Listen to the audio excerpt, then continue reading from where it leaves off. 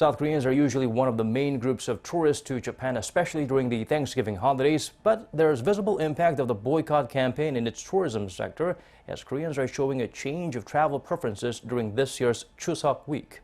Jung-hwan takes a closer look. Incheon International Airport is one of the places where the boycott campaign against Japan is noticeable.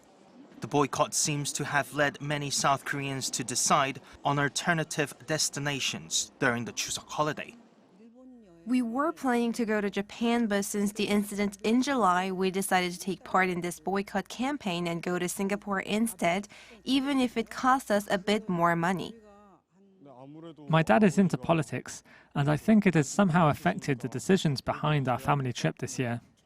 We decided to go to Saipan because it's cheap and close.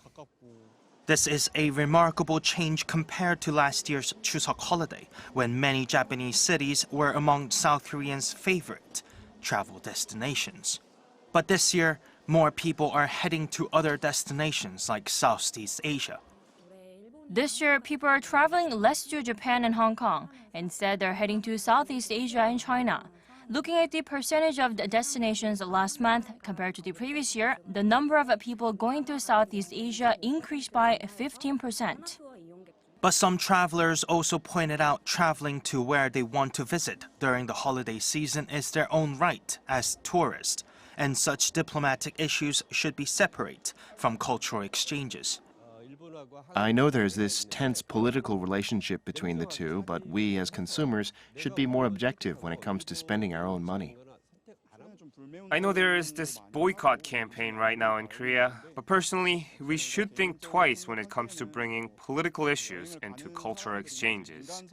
I don't think pointing fingers is necessary for traveling where you want to. Many experts have said the trends seen over Chuseok are part of an inevitable change in travel trends.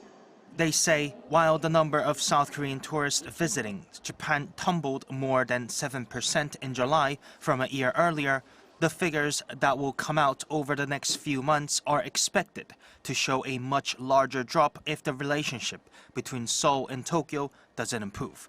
Jung-hwan, Arirang News, Incheon.